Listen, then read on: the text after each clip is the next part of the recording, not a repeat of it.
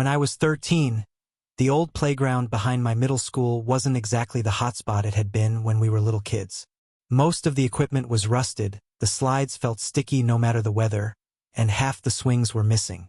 But it was still the place you went when you wanted to hang out without adults breathing down your neck. That summer, it became more than that. It became a test of courage. It started with Ben, who always had this need to prove he was braver or smarter than the rest of us. We were sitting on the edge of the sandbox one evening, waiting for it to get dark enough to play our usual game of flashlight tag. He kicked a rock into the sand and said, "You guys ever heard about the swings here?" We all shook our heads, because the swings didn't seem special at all. Just rusted chains and cracked seats. "It's cursed," he said, drawing out the word like it was supposed to scare us. "If you sit on the middle swing at midnight, you'll see someone standing at the edge of the park, watching you." Maggie rolled her eyes. She was always quick to call Ben out on his nonsense. "Who makes up this stuff? No one's dumb enough to hang out here at midnight." Ben leaned back, a smug grin spreading across his face. "Well, if you're scared, you don't have to try it." Maggie hated being called scared. We all knew it, and Ben used it like a weapon. She narrowed her eyes at him. "I'll do it if you do it." That's how it started. By the time we left the park that night, it was decided. The next Saturday, we'd sneak out and meet at the playground to sit on the cursed swing. At first, I thought they'd forget about it or chicken out. But when Saturday came, my phone buzzed with texts from Ben and Maggie, reminding me to meet them. I wasn't sure why I agreed to go. Maybe it was curiosity, or maybe I just didn't want to be the only one left out. Either way, I climbed out my bedroom window at 11:30, my heart pounding, and biked to the playground. Ben and Maggie were already there, sitting on the jungle gym and whispering about something. Ben waved when he saw me. "Took you long enough," he said. Maggie had a flashlight, but she turned it off as soon as I got close. "We don't want to get caught," she whispered. Her voice was sharp, but I could tell she was just as nervous as I was. We waited in silence, watching the shadows stretch across the sand as the minutes crept by. At midnight, Ben stood up and dusted off his jeans. "All right," he said. "Who's going first?" Maggie hesitated, but only for a second. She marched over to the swings and sat down on the middle one, gripping the chains tightly. "See? Nothing's happening," she said, her voice defiant. But then she looked past us, toward the edge of the park, and her expression changed. "Wait," she whispered. "Is someone there?" Ben and I turned to look. At first, I didn't see anything. But then, in the faint glow of a distant street lamp, I saw a figure standing by the trees. It was too dark to make out any details, but they weren't moving, just standing there watching. "It's probably just some guy walking his dog," Ben said, but his voice wavered. Maggie got off the swing and stood next to us, crossing her arms. "Then why isn't he moving?" she asked. None of us had an answer. The three of us stood there for what felt like forever, staring at the figure. Then, slowly, they started walking toward us. Not running, not shouting, just walking. Maggie grabbed my arm. "We should go," she said. Ben hesitated, but when the figure got closer, he nodded. We didn't run, not at first. We walked quickly to our bikes, trying to act casual.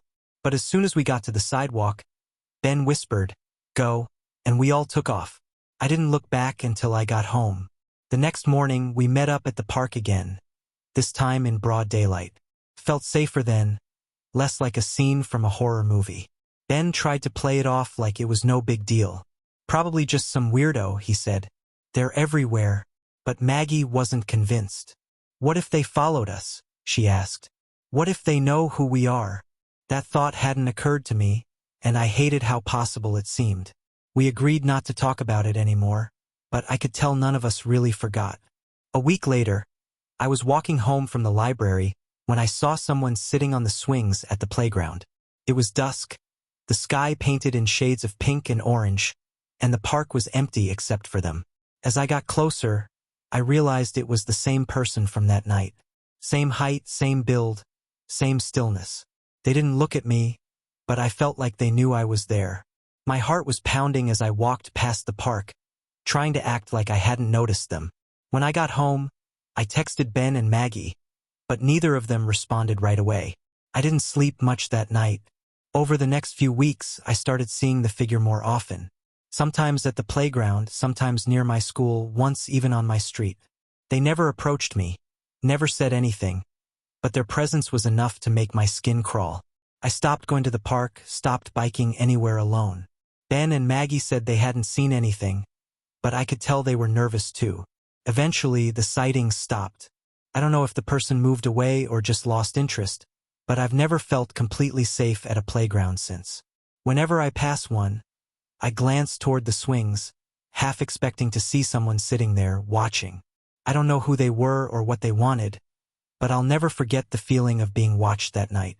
The playground isn't just a place for kids anymore. It's a reminder that sometimes, the scariest things are the ones that don't make any noise at all.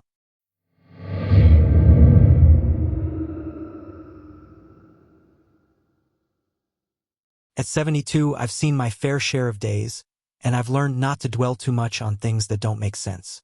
Life has a way of leaving gaps, unanswered questions, and unfinished stories.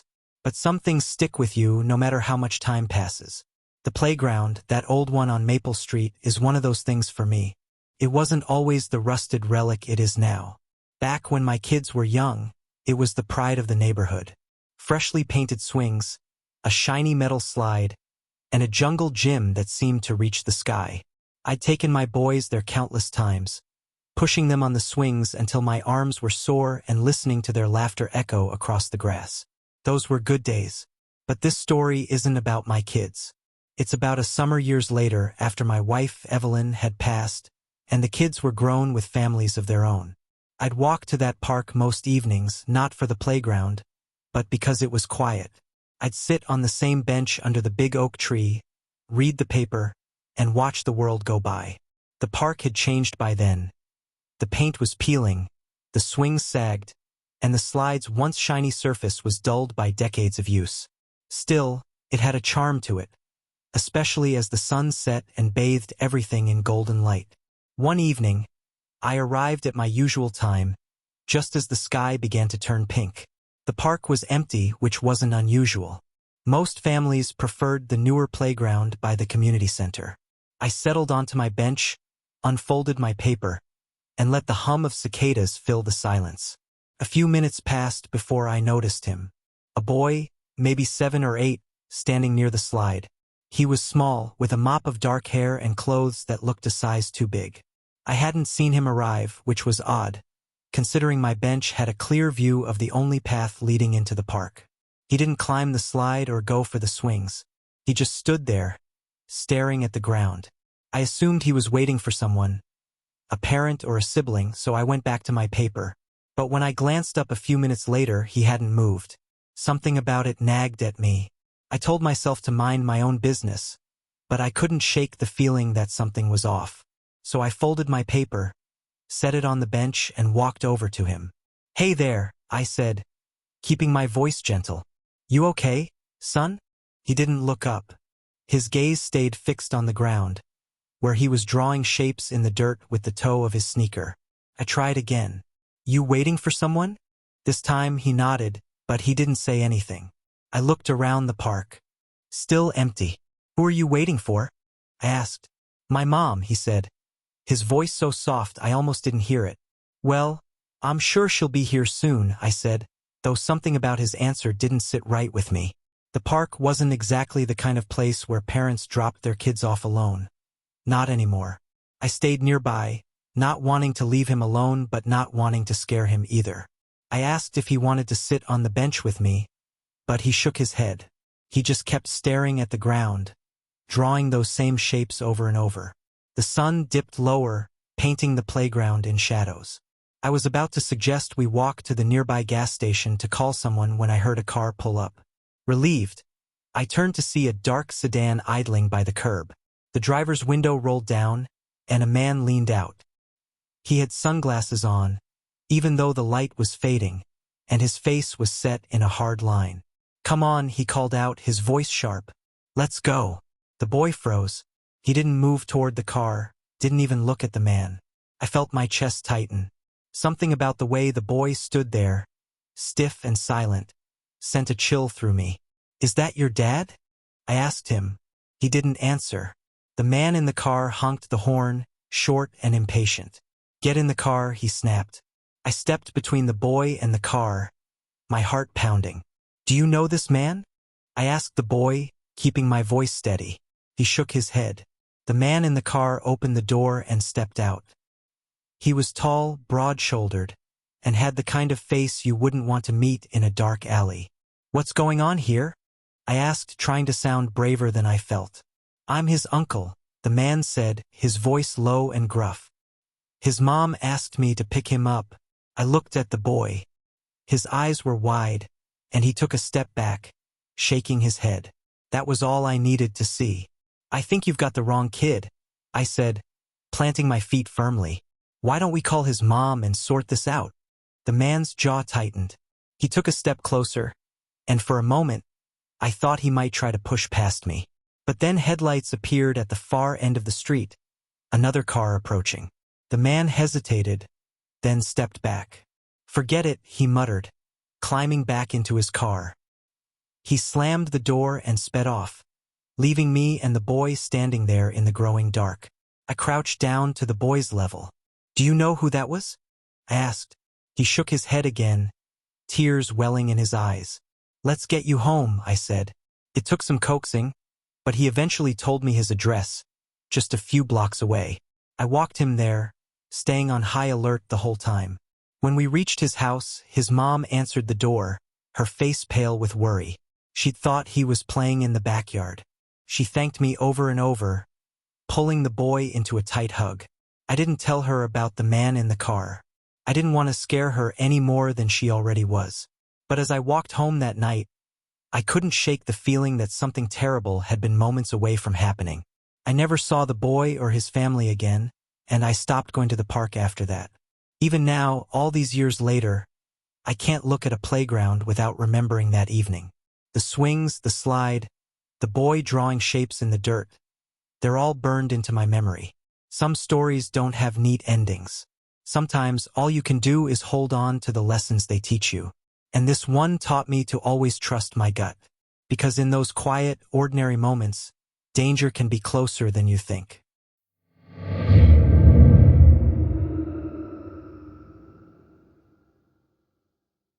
As a parent, playgrounds were my sanctuary.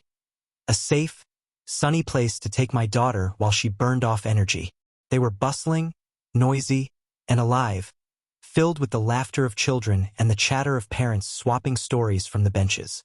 At least, that's how I thought of them until last summer. Now, when I pass one, all I feel is unease. It started on a day like any other. My daughter, Emma, had begged to visit the park near our house, the one with the big, twisting slide and the jungle gym shaped like a castle. It was mid-morning when we arrived, the sun already hot but tempered by a gentle breeze. I sat on a bench with my coffee while Emma dashed toward the swings. The playground was nearly empty, save for a boy about Emma's age on the slide and an older man walking his dog along the path. Emma loved the swings. She'd pester me to push her until she could fly higher than the trees.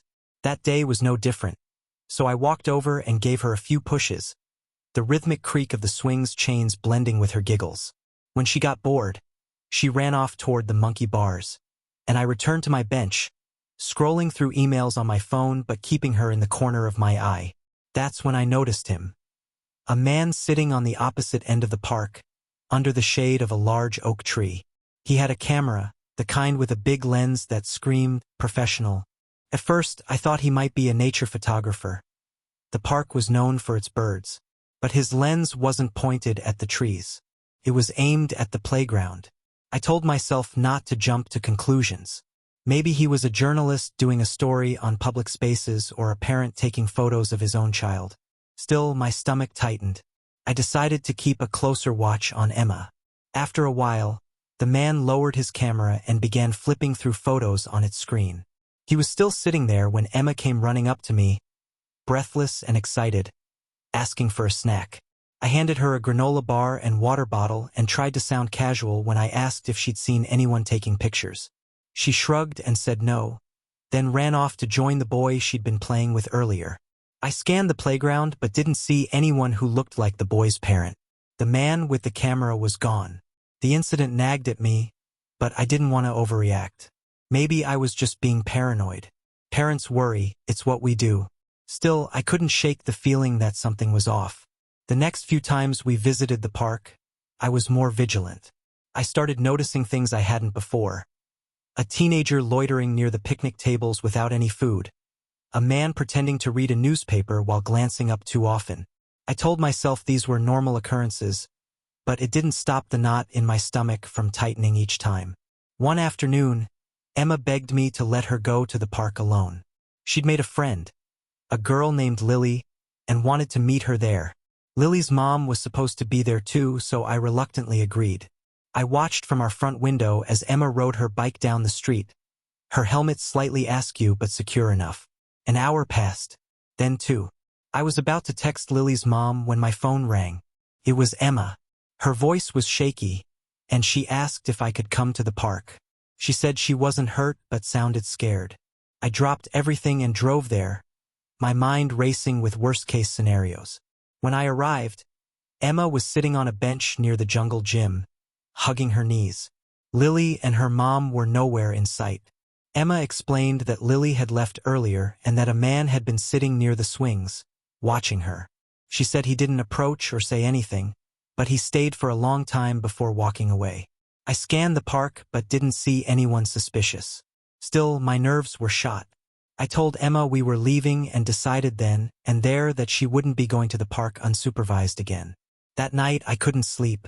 I kept replaying the day in my head, second-guessing every decision I'd made.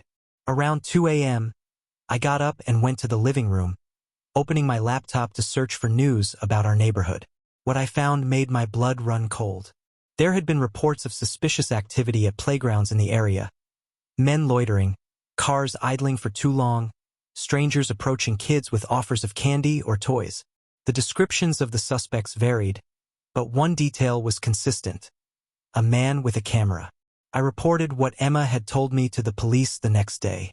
They asked if I'd noticed anything specific about the man she'd seen, but she hadn't mentioned much beyond his clothes: a dark jacket and a baseball cap. The officer assured me they'd increase patrols in the area, but I could tell he wasn't optimistic about catching anyone. For weeks, I avoided the playground, taking Emma to other parks farther from home. I couldn't shake the feeling that we were being watched. Every time we went out, I found myself scanning the crowd, looking for anyone with a camera or a baseball cap. Nothing happened, but the tension never left.